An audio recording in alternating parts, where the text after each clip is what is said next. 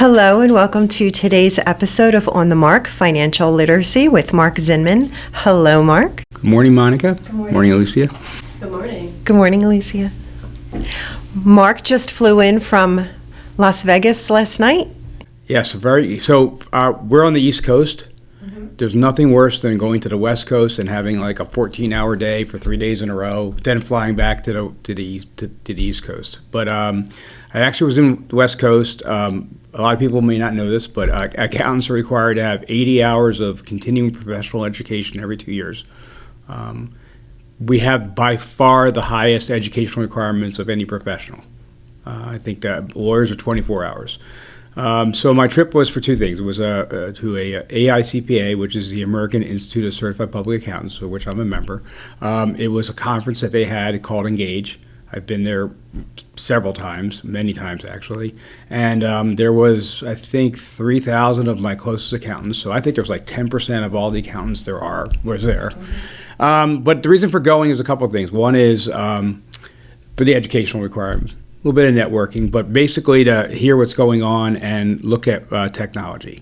And I tell this story often, and I shared it with some people when I was in Vegas, that I went to the conference in 1995, and there was a gentleman who spoke, Randy Johnson, who's still speaking today. He did a couple sessions that I went to. He's from an organization called K2 Enterprises. They're like technology consultants. And back in those days, they didn't have like the audio visual we have now. We had like the whiteboards which you peel off the paper, but it was really cool because you could stick it to the wall if you wanted to, right?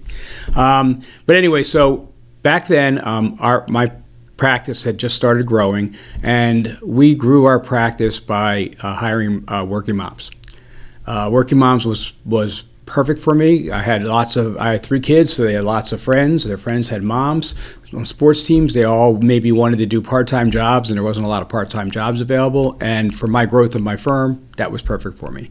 So they came in, but the issue is I wasn't exactly sure how to give them the technology or whatever. So Randy took this white sheet of paper and drew out a network for me that I then folded into many folds, stuck in my suitcase, came back and developed. And so back in 1995, we would have, people who would work school hours 9 to 3, and then they would go home and they'd do dinner and put the kids to bed or whatever they were going to do, and then they would want to work again.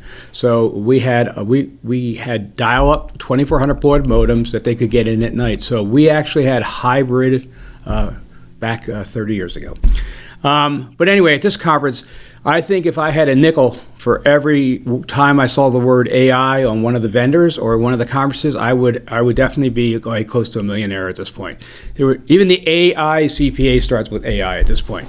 But the takeaway, and I want to share with my audience, is if you're not using AI in your work and in your life on a daily basis, you really need to start doing it. I think you need to think of AI as like an assistant.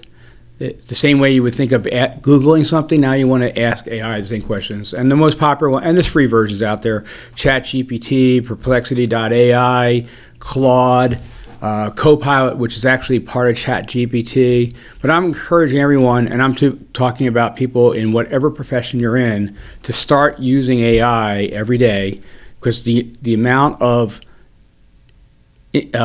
development in AI over the last almost monthly, it comes out new. So I just think it's something it's going to become a tool. It's not going to replace your job. It'll enhance your job the same way that calculators helped people when we had to do math when they came out. So I just really feel strongly that everyone should be trying to develop some kind of AI usage skills and just play with it. It's not, I even have, so we recently got so professionals have reference libraries. So traditionally it's been CCH and RIA, which are the two big ones in both law and accounting. And now they have more, a chat, and it's called Blue Jay. And so for that one, I constantly take Perplexity.ai and Blue Jay and ask it the exact same question to see if I get the same answer. And I do for the most part. But it's just like, this is the kind of things that everybody should be experimenting with AI. And I have built my accounting firm on the premise that as a trusted advisor, I was the person who could, and we were the people who could bring technology to our clients, because they had no trusted source to get it. You know, competing commercials. You know, back in the old days when you had to, everything was Control Alt Delete in order to get your computer to work.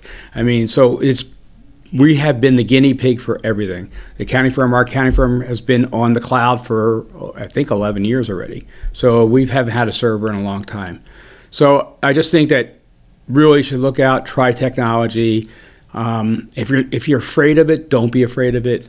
Don't be worried about identity issues. Those things are more out there than in reality. But anyway, it was a great trip. Look forward to Engage 2026, assuming I can make it. So. And speaking of your accounting practice, you and I recently drafted an acceptable use of AI in the workplace policy to help small business owners navigate those waters. Yeah. Right. So yeah, part of our suite, and one of our sponsors is De Novo HR, and we want to bring out to make sure all our clients are up to date on all that stuff. That's a very big policy to have within your workplace.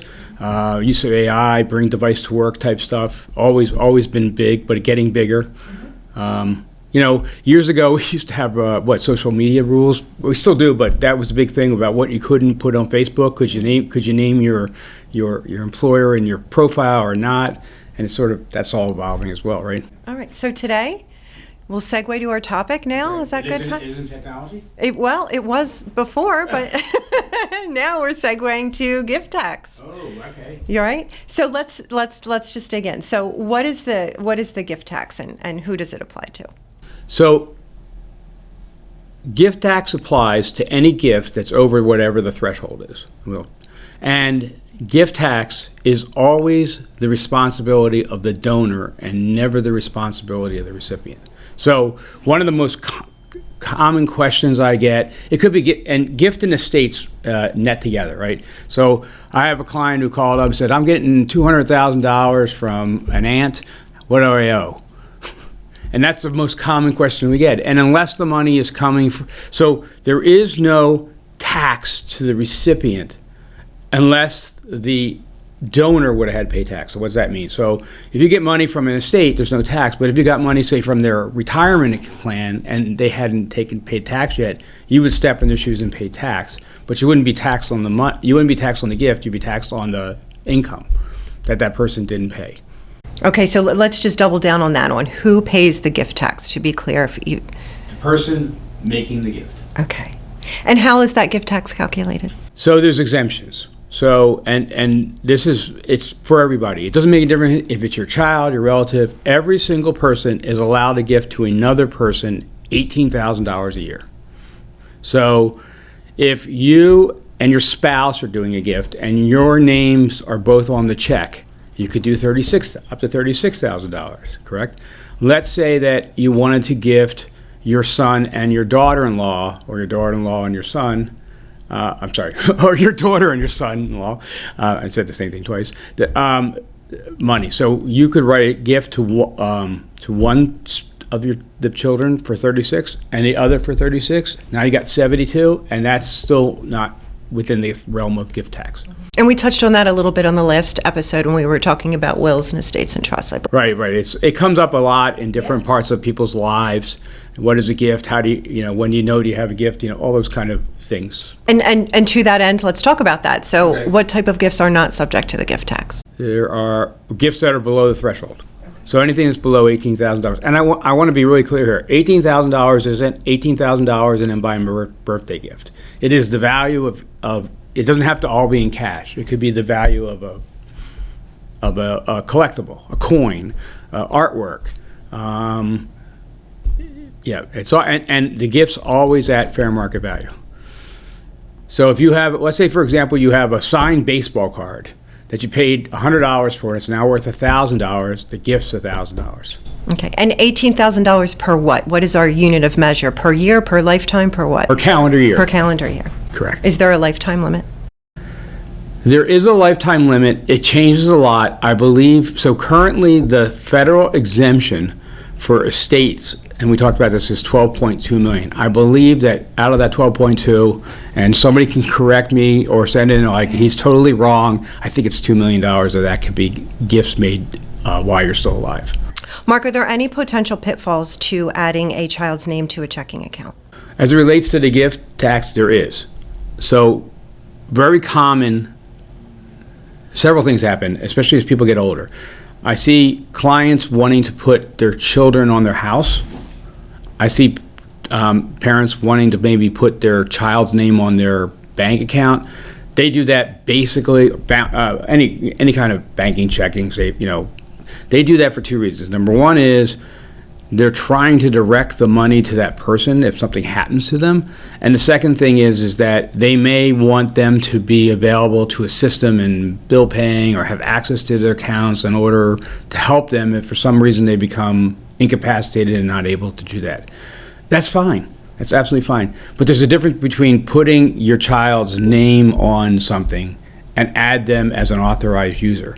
So you could go to the bank, and I wholly recommend this if you want to, and add your child as a named signer. But what you don't want to do is it be, Mom Jones and Son Jones on the bank account, because in essence what you just did by adding your child to the bank account is you actually gave them 50% of the bank account or the investment account or the house. And what is all that if it's more than $18,000? A gift. So I've run into the situation a lot where people have been added, and then it's up to the fiduciary, who's the executor, to come back and say, okay, well, the account was $50,000. It really wasn't 25 me and 25 mom. It was 50 mom. And that's a very common thing that people do and a very bad thing to do. It's one thing to help mom and dad. It's the other thing that's what's called an unperfected gift. Right? You made a gift, but you didn't perfect it because you didn't either realize you did it and you didn't follow it up with a gift tax return. And when do you file a 709? That's due April 15th of the just like your income taxes due for last year was due April 15th, gift taxes due at the same time. So we have a question that came to us from a gentleman by the name of Scott in New York. And Scott asks, what is gift splitting? It's kind of what I just said now, husband and wife giving a gift. Right, so you're splitting the gift, and I want to say that. Let's say I'll give you a really common example of a gift. Right, your children and significant other are buying a house, and you want to give them $100,000 to get started. Okay, so we have I'll take that gift through there. Right, so you are signing a gift letter usually with the title company because it's part of the down payment, because they always need to know where the source of funds is. You gave them $100,000, wonderful. Now comes to the end of the year, you're married, okay? Well, in reality, I just gave that example. You could give $18,000 to your daughter, $18,000 to your son-in-law, $18,000 to your daughter, $18,000 to your son-in-law. So each person files their own gift tax return. So that's not a joint return.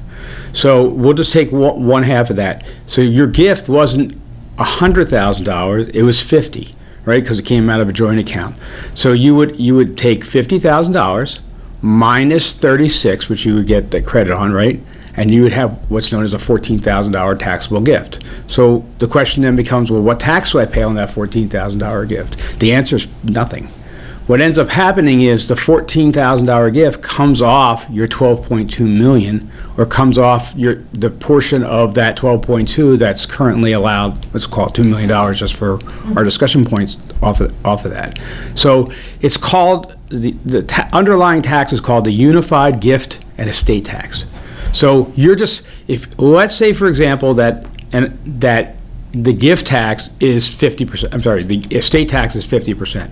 So basically, you would owe close to $6 million in tax if you had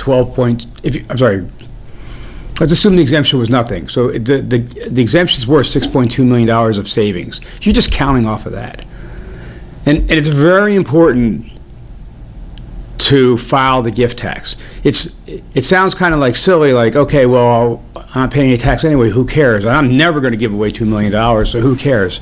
There's several reasons about why we care. There are certain rules, and even if you may not be taxable for a gift, for federal purposes, there may not be that same threshold in the state that you live. So I know Pennsylvania, for example, has no threshold. Other states have no tax. So there's no threshold means that if you gave away this $50,000, in essence, you're deducting or saving the tax that you'd pay to Pennsylvania on the $50,000.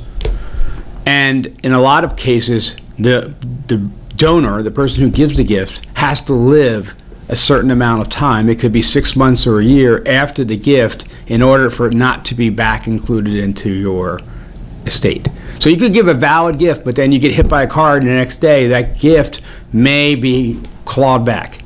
And if the rules are different for federal and states, and you have to check your own rules, but this is just that kind of things to know. The other reason why gifts are really important and taking care of gifts is because if you don't do it, then your executors have to do it. And this gets kind of messy because they may not be aware of the gifts that you made, but in reality, the duty of filing and closing out the estate falls to the executor, and we talked about this in another one, but one of their responsibilities is to file all the unfiled returns of the deceased, right? Well, the obvious one's a tax return. The unobvious one might be a gift return. All right, so we gave a very thorough answer to Scott's question, and we have another question. Okay. Okay. We're also asked we got a question through our website asking, can a married couple gift away property? Yes, so again, as I made the example in the, that's a good question. I made the example in the baseball card, right? So it's kind of really interesting. So let's go back to, let's call it a house now, right? And excuse me for interrupting, but I believe this question is in reference to what's called real property as opposed, Right, so real estate as opposed to owning it. I was just going to say, instead of a baseball Right. card, let's talk about a house. So, right, so Okay. yeah. Mom and Dad want to give you your house. They want to have the house be in the legacy, so they want to give it to you. So they paid $100,000 for the house, and it's worth $400,000, and they gift it to you. What's the value of the gift? The value of the gift is the $400,000.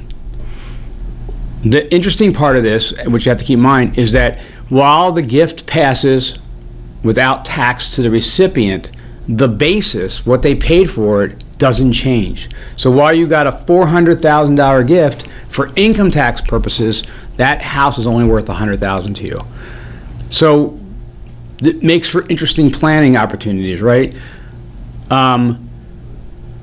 One common way we do it, in order to do it, is we have them sell them the house for $400,000, take back a $400,000 mortgage, and then forgive the mortgage. So what's the gift?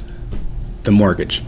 And then that child would get a step-up in basis. That's what it's called when you get fair market value, step-up in basis to whatever they paid for. So they paid $400,000 for the house, and what the parents gave them wasn't the house, but the forgiveness of the mortgage. And forgiveness of debt is normally considered to be income, but in this case it would be considered to be a gift. Great answer. But there's a lot of pitfalls in gifting, and you know. So in our 2 episodes ago, I think I talked about the big beautiful bill, right? And my wife has been listening to the podcast, and she said, I really am learning a lot, which is great because when I talk to her directly, she doesn't seem to learn the same as when she listens to the podcast. But anyway, she said, so many numbers, my head was exploding. You were going to too many, so I don't want to give too many numbers on the gift thing.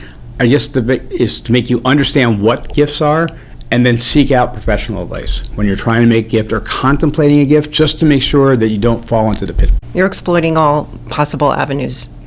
Okay, and so what are we expecting to happen to gift tax laws in 2026? Well, right now, we're as I've said in previous episodes, until Congress passes a bill, we will revert back to the law in 2017. What's the likelihood that we're going to, and that would change, it doesn't really change the gift exemption. That has been in a while, and I believe it's tied to inflation, so that, it was $15,000 and it's gone up to $18,000, and people, that's another thing, people don't always know what the gift is because they have a historic number in their head. I believe that still would index no matter what because it's not part of this rule or this law, but the exemption, the 12.2, may change. How likely is that? That was discussed a lot of that was discussed at the seminar I went to. The consensus is that, and this is from leading people who were there, is that the Congress, House and the Senate are going to be battling this out. Because keep in mind, the House passed their bill. The Senate and the House have to pass a bill that has the exact same language. So the likelihood that the Senate bill will have the language of the House bill is virtually zero. But then they'll have to do what's called a reconciliation, and they both pass that bill. What people think is going to happen, and I think I got kind of convinced of this, and I wasn't sure of it before I went. Well, the 3,000 people were convinced me. Okay, it was 3,000 to 1, right? No. The other thing we're up against is the debt ceiling. What is the debt ceiling? The debt ceiling is the ability of the United States government to borrow money to fund its bills. And we've had this happen before. That debt ceiling should be hit, I think, late summer or early fall, in the August, September range.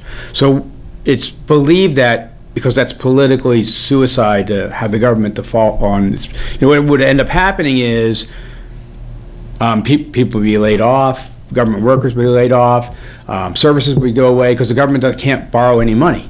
And we already know we're running into a deficit. We've talked about that in other shows. So what will probably end up happening is that they'll feel this pressure to get it done, and what we're going to end up with is probably the same bill we have now. And so all these changes you hear, like, I'm not saying you're not going to have no tax on tips, no tax on overtime, and some of the other stuff that was put in there. I think it's unlikely unless they can agree sooner than later. Once it gets to be pressure, the pressure is going to be, if we leave it alone, I can live with it, and then we'll kick the can down the road.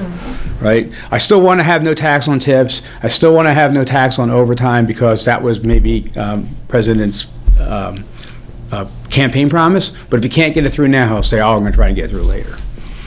So the bottom line is, like, right now, and I say this, have said this for years, we don't make any tax planning based upon what could happen, but until it's passed. And I also don't get really excited, high or low, about things that you hear, even if it passed, say, the House, because it hasn't passed the Senate. So, I mean, you should pay attention, our audience should pay attention to that stuff, but just be aware as opposed to be reactionary. Well, thank you for all the insight that you provided regarding gift tax on today's episode. We invite everyone to visit onthemark.cpa to submit a question for a future episode, and we look forward to seeing everyone next Wednesday.